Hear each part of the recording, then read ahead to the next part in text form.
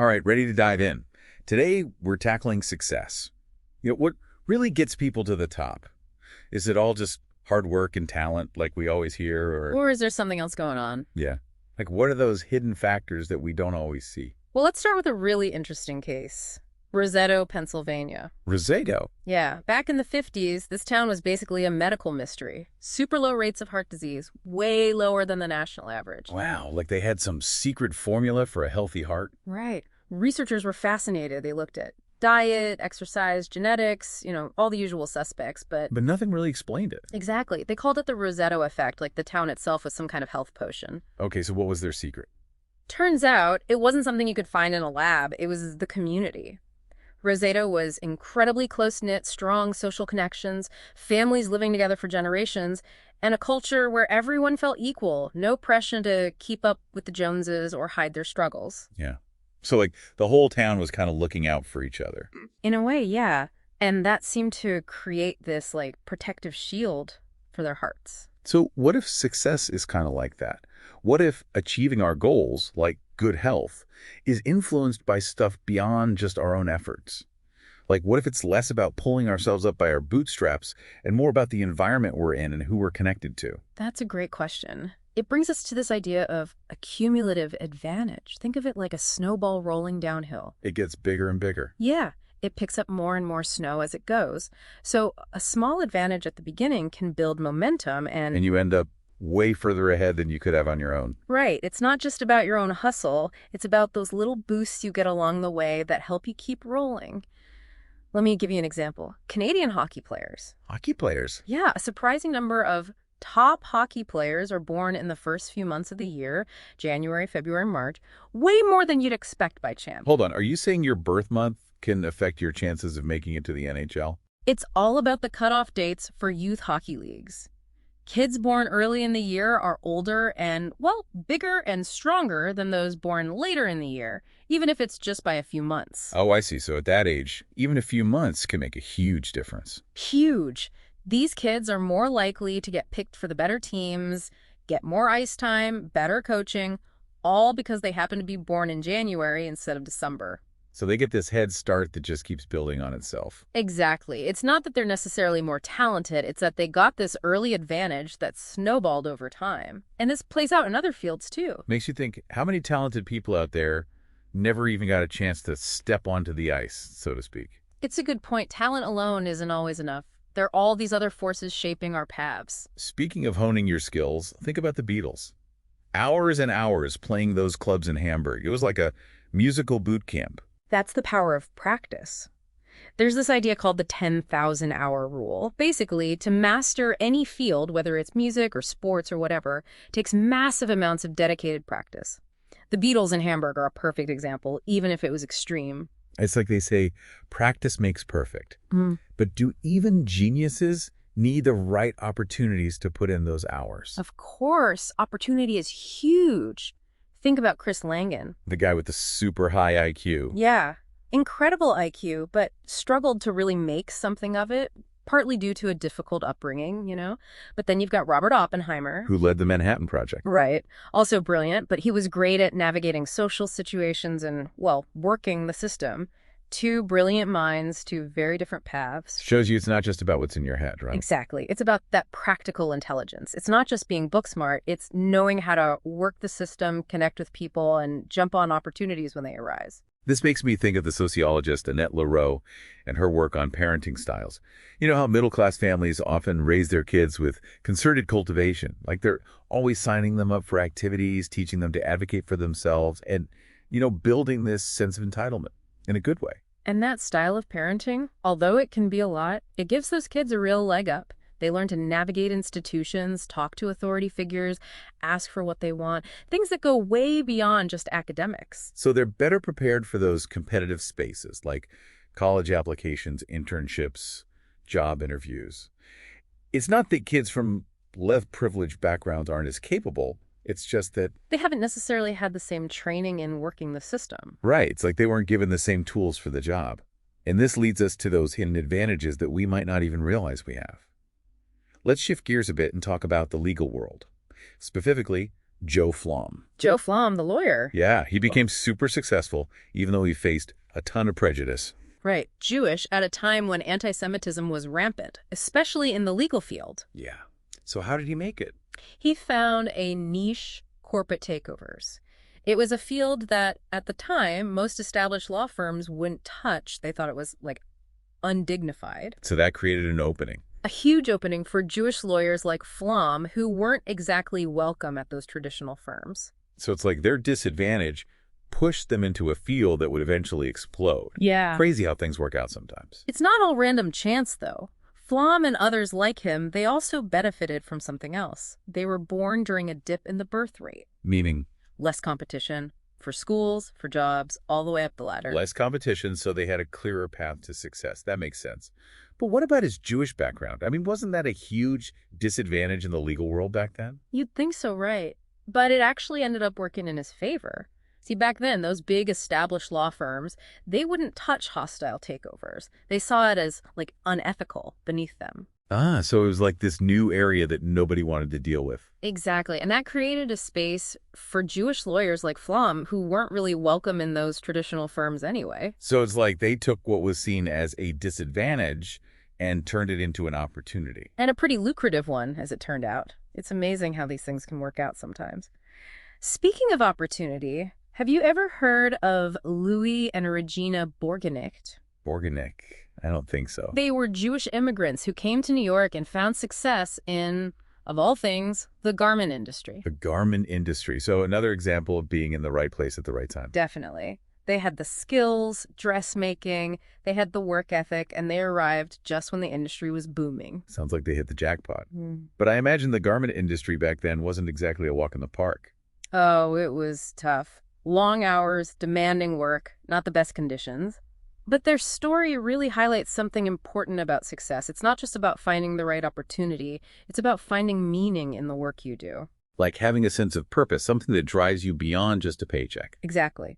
The Borgenichts, they had autonomy. Their work was complex, challenging, and they saw a direct connection between their effort and the rewards. Like they could see the fruits of their labor. And that's what kept them going, even when things got tough. And that same kind of deep satisfaction, we see it with the Beatles in Hamburg, with Bill Gates during those all-night coding sessions. It's not just about working hard. It's about connecting with something that resonates with you, something that gives you that feeling of, like, this is what I was meant to do. It's that spark, that passion. But, okay, we've been talking about individual stories, but let's zoom out a bit. What about cultural influences?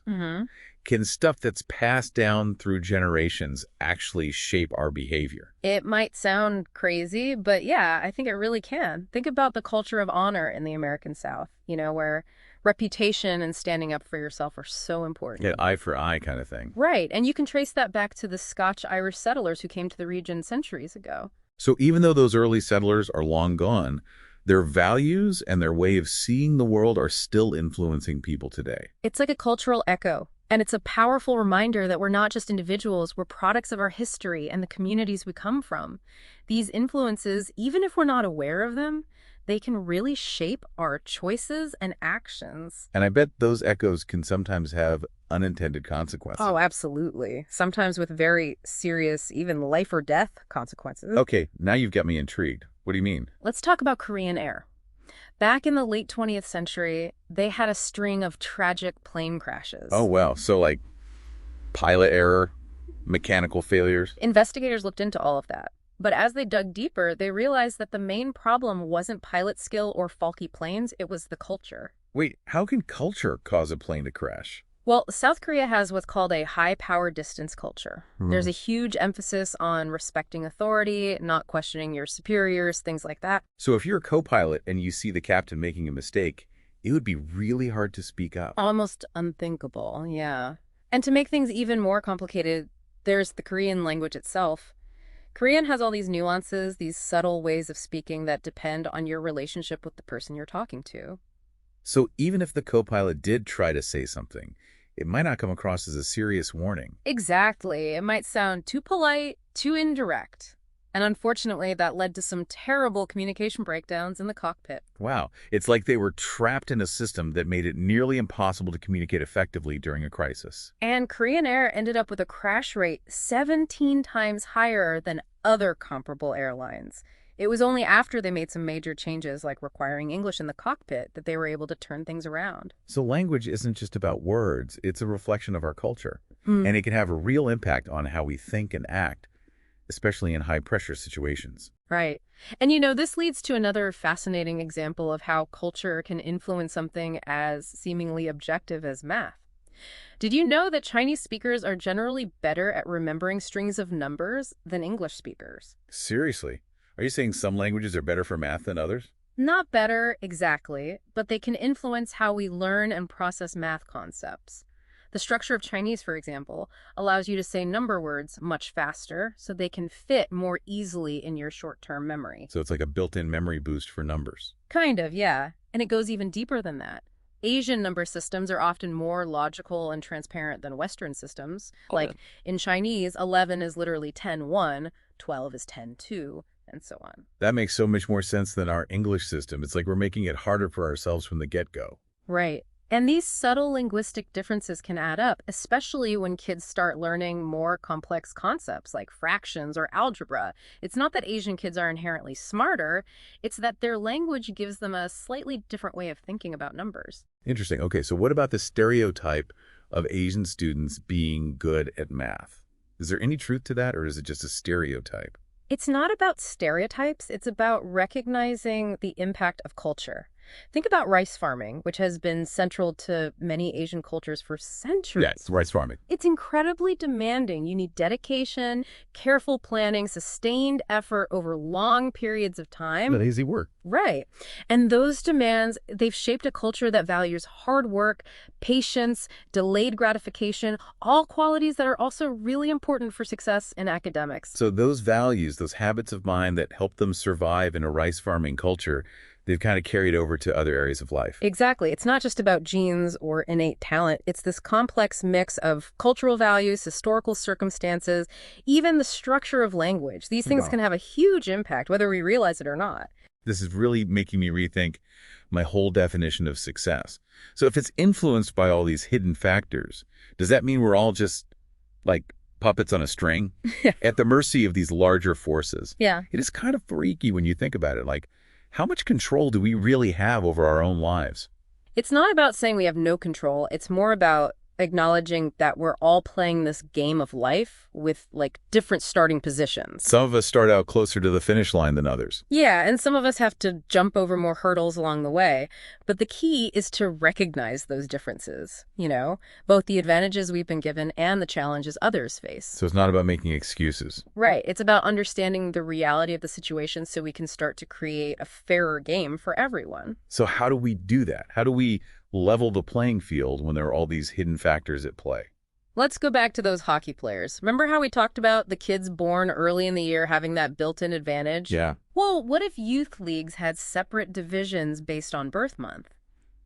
Give those later-born kids a chance to develop their skills without constantly being compared to kids who are 6 months older and bigger. That makes a lot of sense.